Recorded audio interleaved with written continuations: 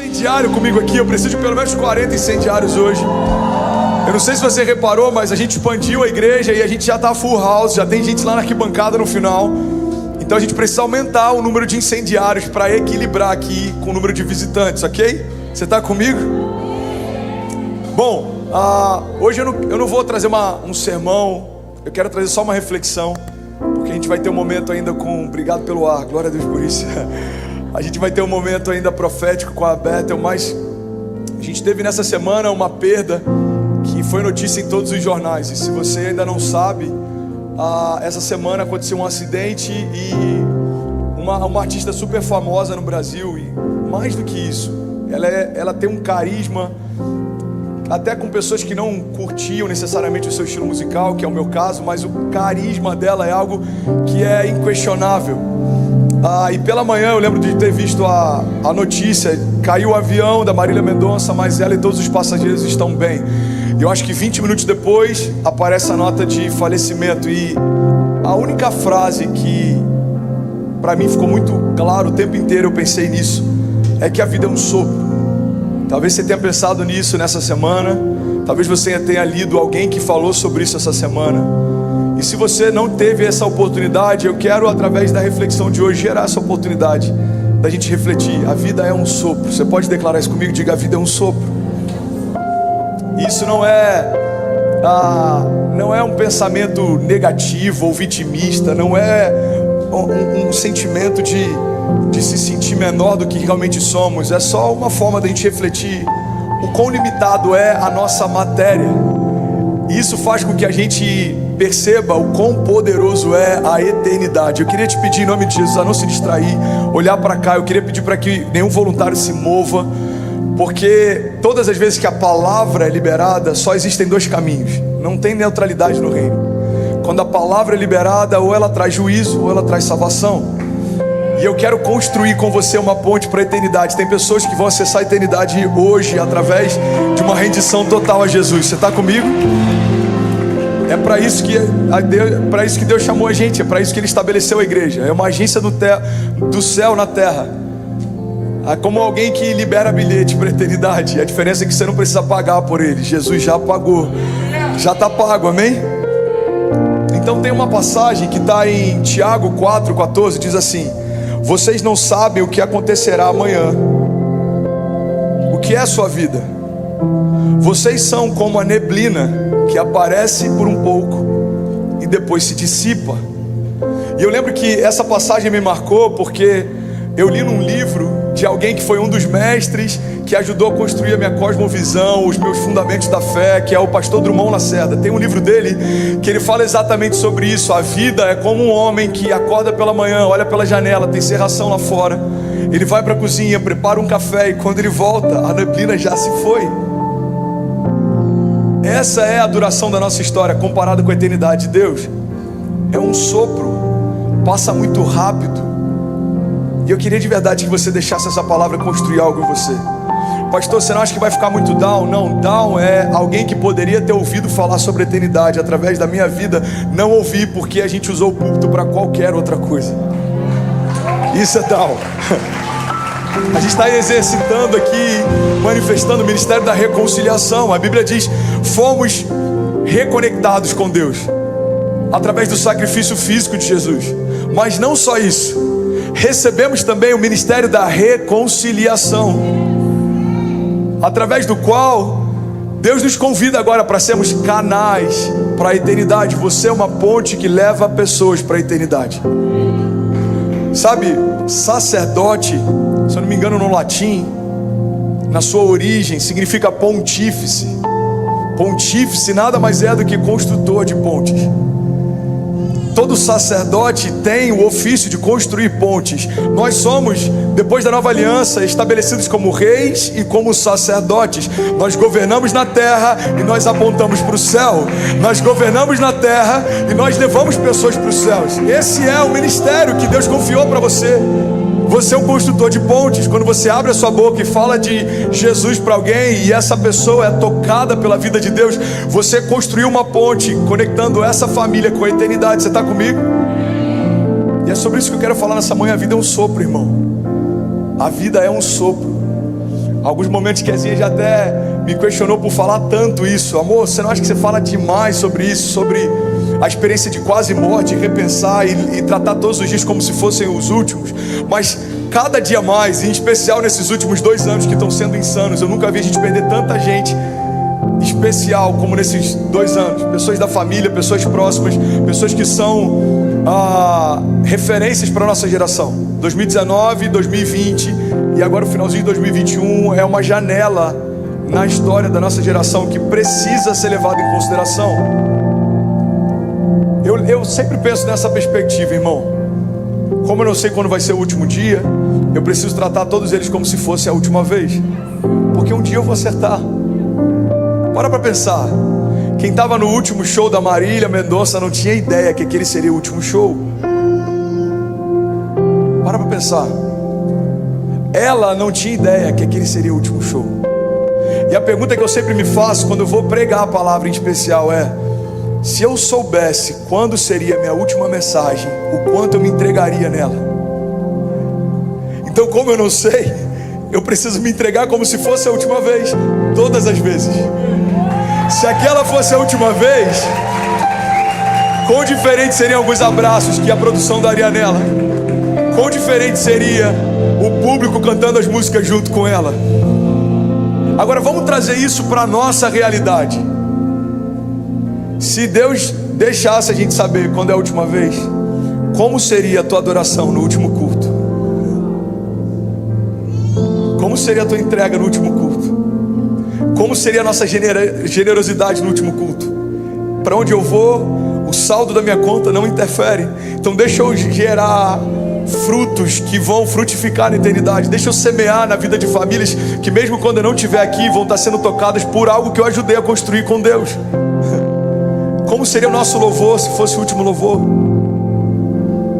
Alguém recebe isso? A vida é um sopro, irmão. Mas isso não tem que ser uma frase no Instagram quando alguém famoso morre. Isso tem que ser uma conduta de jornada, principalmente na nossa relação com Deus. A vida é um sopro. Pastor, eu estava aqui ontem, vou descansar pela manhã. É pecado? É claro que não. Descansa, faz o que você quiser. Mas se você entende que uma conferência profética pode liberar algo diferente, não perde essa oportunidade. Eu brinquei com o irmão ontem. Ele falou: pastorzão, vou chegar cansado em casa, não sei se eu consigo vir de manhã. Eu falei: quando você está em viagem, como é que você faz? Você acorda cedo, toma café e você quer aproveitar, porque você só tem mais 2 dias de viagem. Eu lembro quando eu vinha para a América, quando eu vinha a primeira vez, eu tô com 33, acho que eu vim com, 28 anos, a minha primeira vez aqui. E aí acabava o dia, não tinha mais nada, restaurante fechado, não tinha atividade. Eu lembro que a gente falava: e aí, vamos fazer o quê? Vamos pro Walmart, que é 24 horas. Vamos competir com aqueles carrinhos elétricos. A gente competia nos corredores, a gente jogava basquete lá na sexta. A gente se fantasiava com as fantasias do Walmart. A gente queria aproveitar cada minuto. Por quê? Porque daqui a 3 dias a gente embarca de volta. Porque daqui a 2 dias a gente embarca de volta. Agora em algum momento a gente vai embarcar de volta. Eu lembro que eu preguei semana passada, irmão.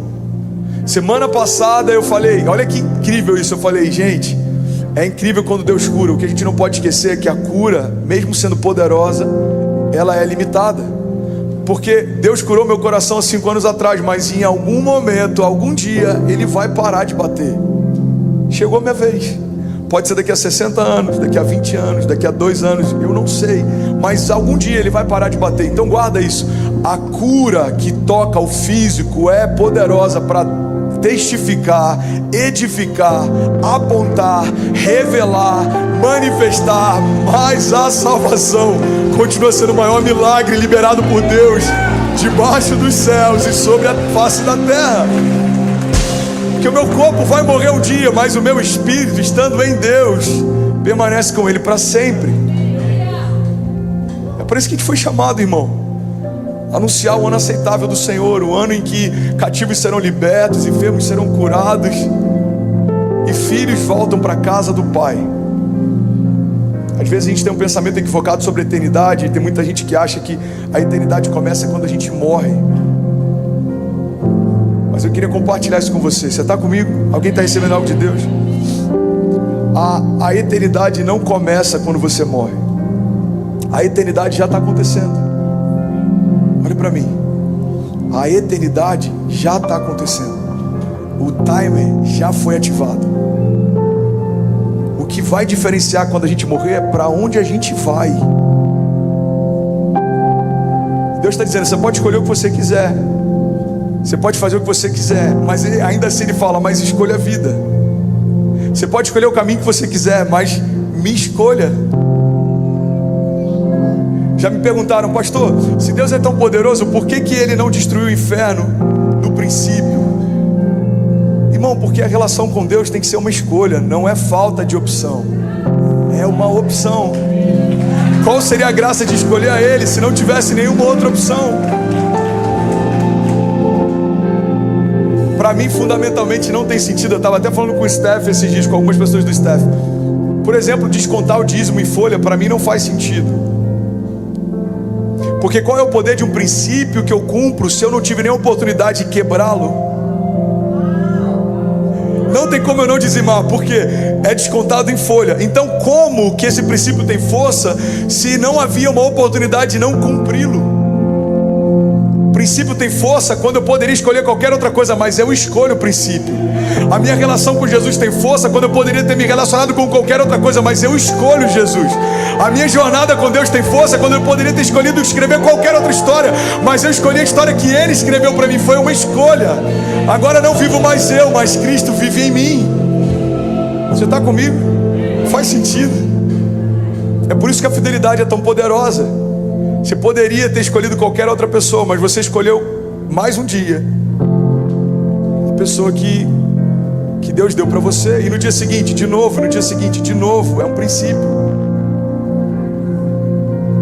Eu lembro que eu compartilhei um pensamento do Francis Chan, se eu não me engano, alguns meses atrás, e ele fala que é louco como que a maior parte das perguntas que nós pastores recebemos hoje sobre o céu são pessoas com medo de ir para o inferno. Então perguntam, como eu faço para não ir para o inferno? O que eu preciso fazer para conseguir ir para o céu? Quais são os limites que eu posso tramitar sem perder a salvação? Ou, enfim, eu não vou entrar nessa questão de doutrinário se perde ou não. O ponto é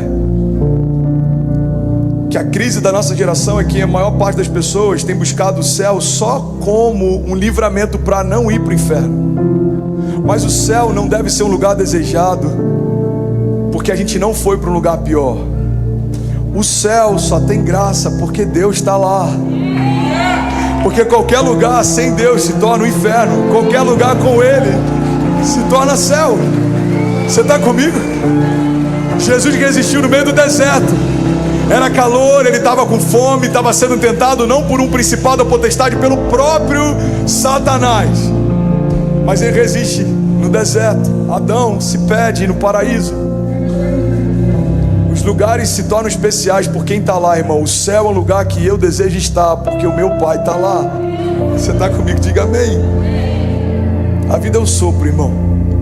Romanos 5,17, é por isso que eu queria ficar só na reflexão, que se deixar eu vou direto. Eu tenho mais 4 minutos, alguém está recebendo algo de Deus? Romanos diz assim: se pela transgressão de um só a morte reinou por meio dele, muito mais aqueles que recebem de Deus a imensa provisão da graça e a dádiva da justiça reinarão em vida. Alguém pode dizer glória a Deus por isso? Reinarão em vida por meio de um único homem, Jesus. Irmão, esse é o desafio. Olha para cá. Enquanto você está aqui, o teu desígnio é reinar em vida. O que a gente não pode esquecer é que a nossa história não se resume a isso daqui. Esse é o desafio. Olhar para a terra a ponto de governar nos dias atuais, olhar para os céus a ponto de saber que lá é o meu destino final. Quando eu estou em um dos extremos, eu só estou esperando que Jesus venha, Maranata, hora vem, e eu não quero exercer o meu ministério, o meu chamado, reconciliar filhos. É como alguém que não toca naquilo que está morto por medo de se contaminar. A igreja por muito tempo foi assim. Você não pode ir nesses lugares, você não pode falar com essas pessoas, você não pode, irmão. Como ouvirão se não há quem pregue? A igreja tem que estar lá. Não faz sentido a gente receber a salvação, se trancar em casa e falar: eu só estou esperando Jesus chegar, volta logo Jesus. Não, calma. Até que Ele chegue, governe. Até que Ele venha, reconecte filhos com Ele. Até que Ele venha, exerça o teu chamado, o teu ministério, frutifique. Agora, o outro extremo é a gente só focar nas coisas da terra. Tem igrejas que a sua teologia só é focada naquilo que Deus pode dar para você nesse tempo. São campanhas de prosperidade, campanhas de mover financeiro, campanhas de cura física. Pastor, mas isso não é de Deus? É de Deus, mas Deus não se resume a isso. Se eu olho para Deus como um canal que só cura, eu trato Ele com a mesma autoridade que eu trato qualquer remédio que funciona. Se a minha relação com Deus é pautada só em provisão financeira, eu olho para Ele como qualquer empréstimo disponível no banco. Irmão, Deus não é só aquele que cura, Deus não é só aquele que provê, Deus não é só aquele que me guarda, Deus não é só essas coisas. Antes de todas as coisas, Ele é aquele que se entregou por mim. Aquela coroa era minha, aquela cruz era minha. E porque a minha maldição foi sobre Ele, a bênção dele veio sobre mim. Então eu tenho acesso à provisão porque antes eu fui salvo. Eu tenho acesso à cura porque antes eu fui salvo. Eu tenho acesso à liberdade porque antes eu fui salvo. Eu tenho acesso à paternidade porque antes eu fui salvo. Eu tenho acesso ao reino porque antes eu fui salvo. Irmão, o maior milagre do evangelho é um escravo se tornar filho. Não é alguém pobre se tornar empresário. Não é alguém pobre se tornar empresário. Eu tinha 10 empresas, fali e Deus restaurou. Eu tinha 2 negócios, agora é uma multinacional. Isso é bom, mas uma teologia pautada em coisas da terra nos faz esquecer dos céus. Esqueceram de falar do céu, irmão. Então guarda isso, declara isso comigo. Diga, eu fui destinado a reinar. Diga, eu vou reinar na terra, mas os meus olhos estão firmados nos céus. Intercessores, eu já falei sobre isso aqui. O que é um intercessor? Intercessão significa entre sessões. Todos somos intercessores. Governamos na terra, apontamos para os céus. É de lá que vem o meu socorro. Elevo meus olhos aos montes, de onde vem o meu socorro? O meu socorro vem do Senhor, que fez os céus e a terra, e me chamou para governar com Ele nos céus e na terra.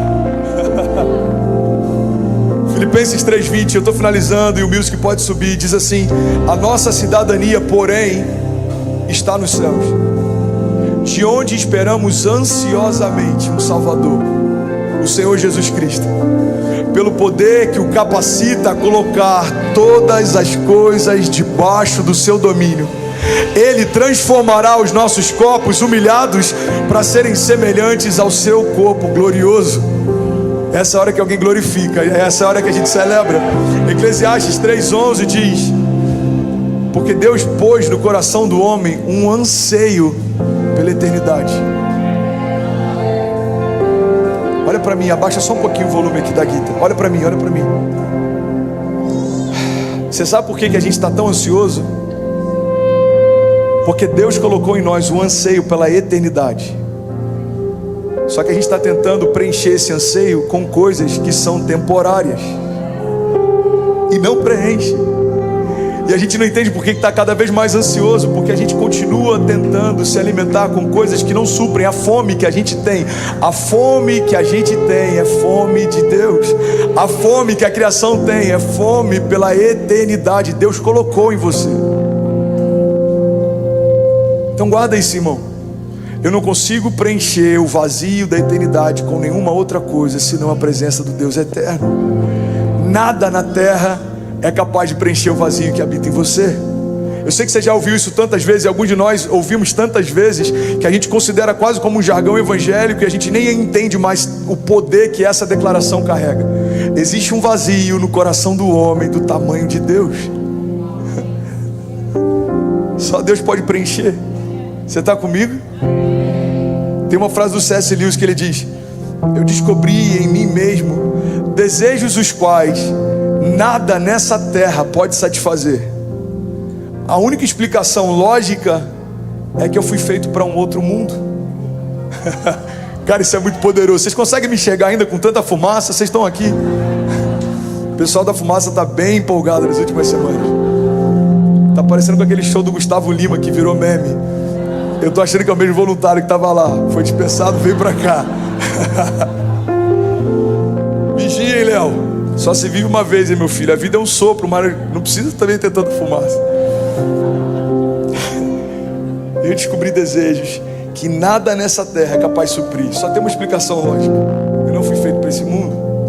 1 Coríntios 15, 19 diz: se é somente para essa vida que temos esperança em Cristo, dentre todos os homens, nós somos os mais dignos de compaixão. Hoje está demais. João 11, 21 diz: e disse-lhe Jesus: eu sou a ressurreição e a vida, e aquele que crê em mim, ainda que morra, viverá. E quem vive e crê em mim não morrerá eternamente. Você pode celebrar isso, igreja. Essa é a confiança que nós temos. Se tem alguma coisa que é temporária, é a morte. A morte é temporária para aqueles que estão em Cristo Jesus, porque ainda que morra, viverá. Você pode ficar de pé no teu lugar. Eu quero ministrar com você, eu quero liberar algo sobre você. Deixa eu te fazer imaginar algo. Olha para cá. Imagina que eu deixasse uma torneira aberta aqui durante o culto, com água potável fluindo. Imagina isso. Ia ter gente desesperada aqui. Com 10 minutos de culto você já está desesperado. Você está falando: alguém desliga essa torneira, alguém fecha essa torneira, pelo amor de Deus, tem água indo embora. Alguém fica nervoso quando vê desperdício? Quando vê alguém lavando calçada com água limpa? A gente vê muito isso no Brasil, né? Eu vi um meme há um tempo atrás de uma mulher debaixo da chuva, com guarda-chuva, regando a grama.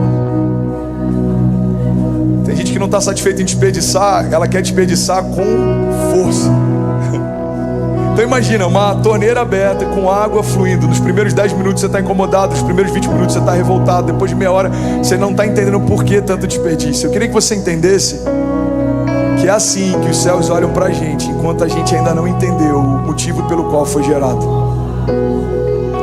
Enquanto a gente não entrega a nossa vida para Jesus, é um desperdício que a gente está fazendo. Tem vida se esvaindo, quando na verdade o que Deus tem para nós, irmão, é superior a tudo que você já experimentou até aqui. E é isso que eu vim ministrar nessa manhã. Se a vida é um sopro, eu não quero perder mais nenhum fôlego para me render para Ele completamente. Se a vida é um sopro, eu não quero perder mais nenhum culto. Eu não quero perder mais nenhuma oportunidade de adorá-lo. E deixa eu fazer um convite para você, deixa eu alinhar o coração.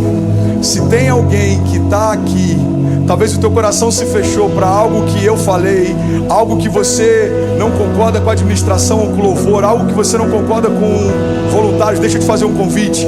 Saia e plante raízes no lugar onde teu coração está sendo alimentado, porque a vida passa rápido demais para a gente perder tempo tolerando o que deveria ser celebrado. Você está comigo? Guarda isso, eu estou ministrando.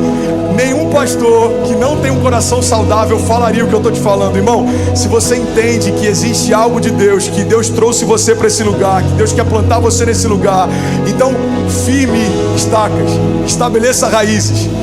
Mas se não é esse lugar, se não conectou, se os teus filhos não estão sendo bem alimentados, se o teu coração não está sendo preenchido, irmão, a vida é um sopro, não perca tempo.